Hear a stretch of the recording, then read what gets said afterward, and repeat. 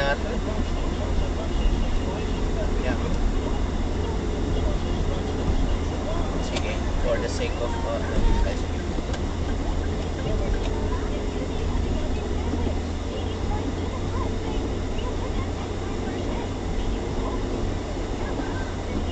ganda ng bundok. Ulap. Dalawa nga naman. Dalawang linya. Tinanggal ang mga puno.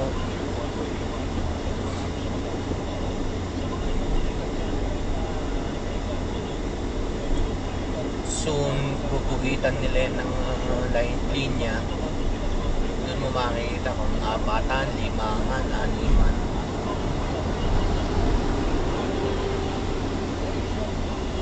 Kasi dire-diretso biyahe itong tulay yata ito. The moment ma-establish nila yan yung tulay malambot yata hindi basta-basta kasi delikado yan.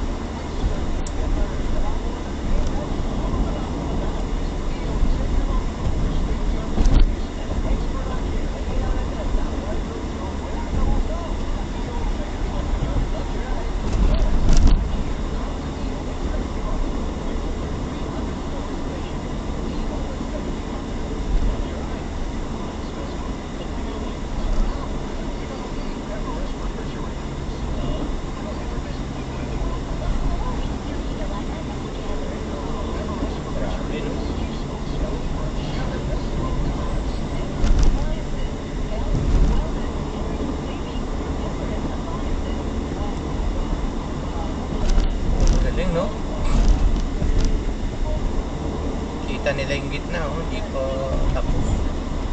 Lupa pa lang.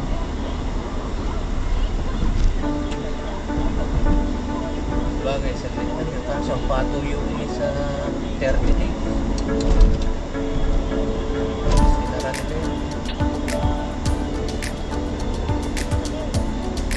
Kakaperanggo to. 2 kalahati.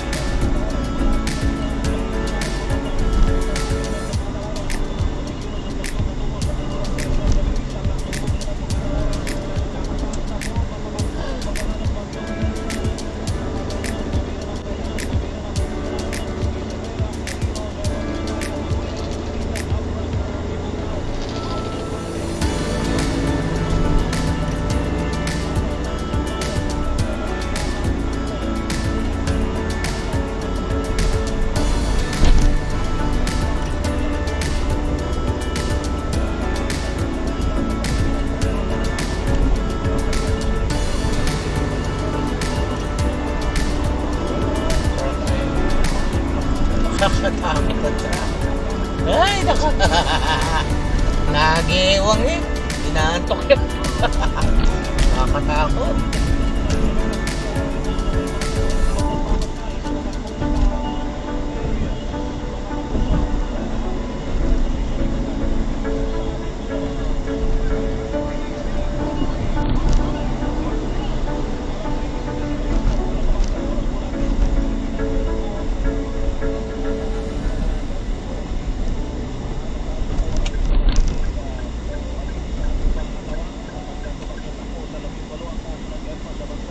Mariosep. Police patrol, umuusok. Calamba City.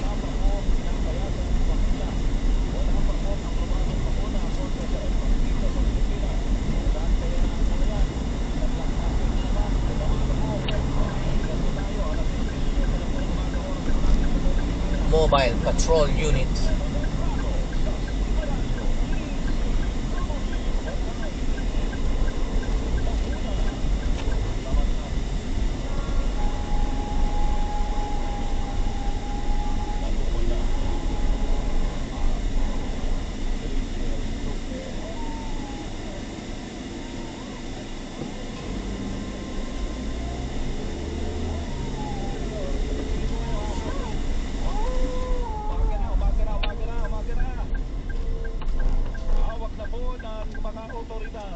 Pick-up.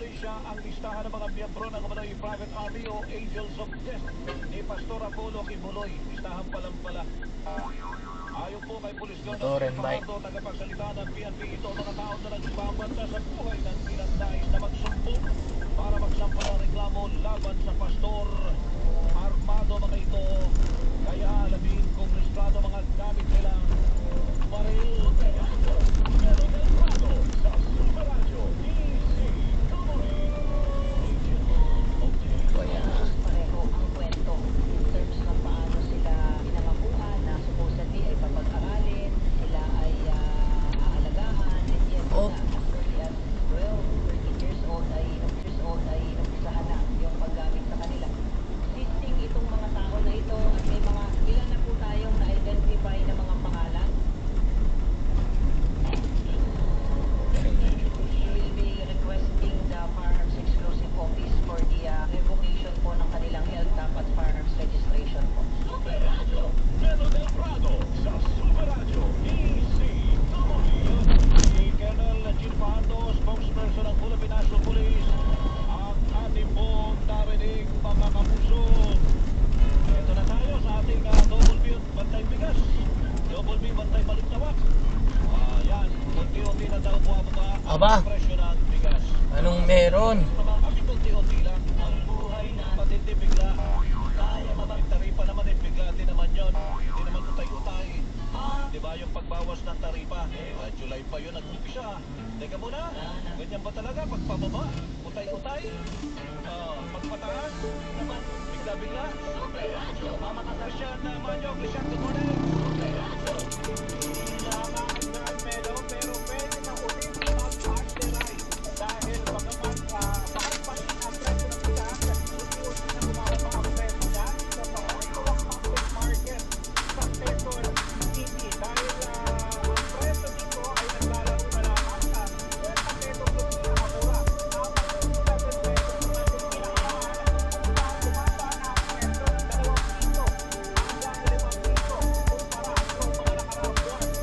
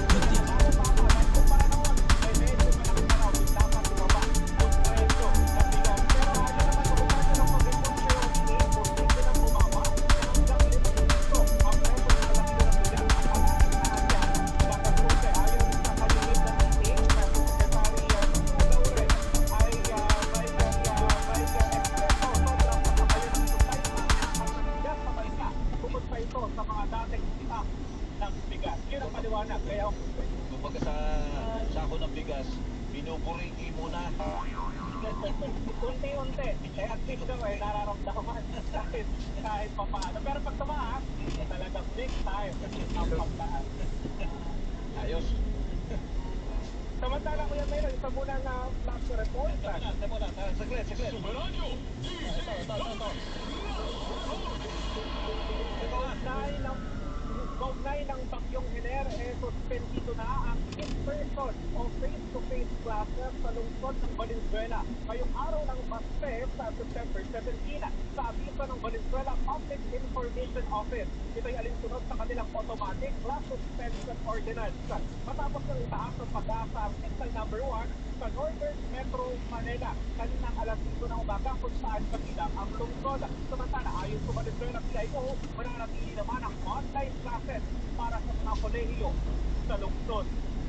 Ako, si Christian Madeline Desi, Superadyo, DCWB, dapat po. Teka. Isa pa. Sa lungsod naman ng Maynila, mga kapuso, meron po ang announcement tungkol sa pasok o suspension ng klase. Manny Vargas, Manny! I-anunsyo ni Manila Mayor Hani Lacuna na wala na rin pasok, suspendido na rin ang klase, hindi lamang face-to-face kundi maging ang online klase mula kinder hanggang grade 12, pampubliko at para pribado sa lahat ng paaralan dito sa lungsod ng Maynila.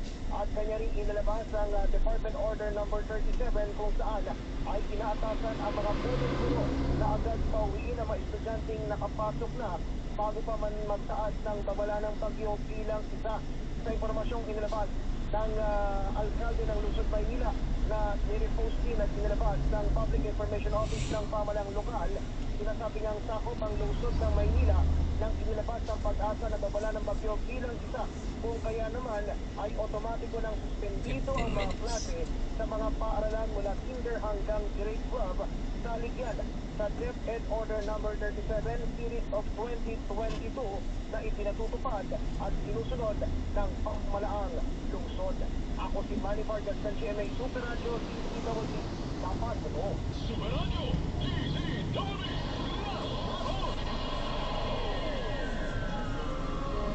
Punta tayo kay Mar Makalalag.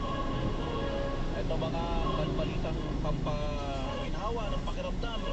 Dalawang magkasunod na bawas presyo sa mga produktong petrolyo. Bihirang pagkakataon ayon sa ilang motorista na nandiyan na mga kusay.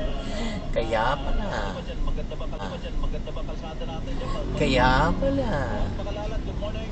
Kaya matraffic. May enforcer. Punto natin, yung unang tanong mo muna kapag sa basada ito, pakita mo sa likod ng traffic lang.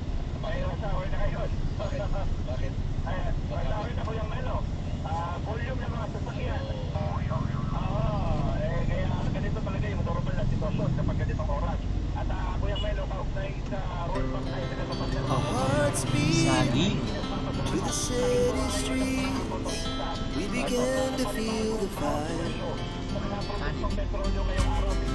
We rise like tall buildings as the chemicals they take us higher. The night's young and it's just begun as she puts her hand in mine. We wanna chase the night, wanna dance to the light, pull stars from the sky, just two hearts running wild. Never sleep, never stop, as we shout from the top. We're gonna be two hearts running wild.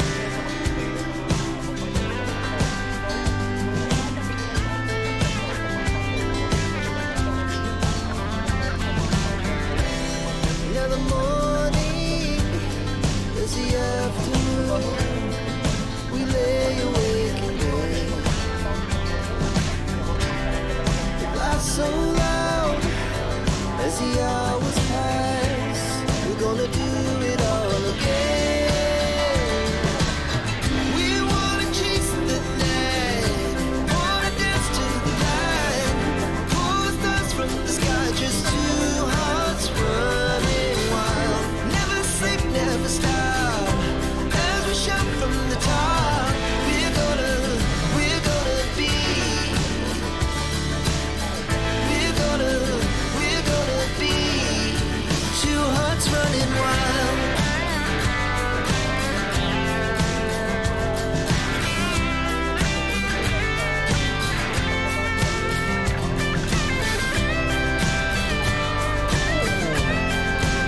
Ano naman traffic?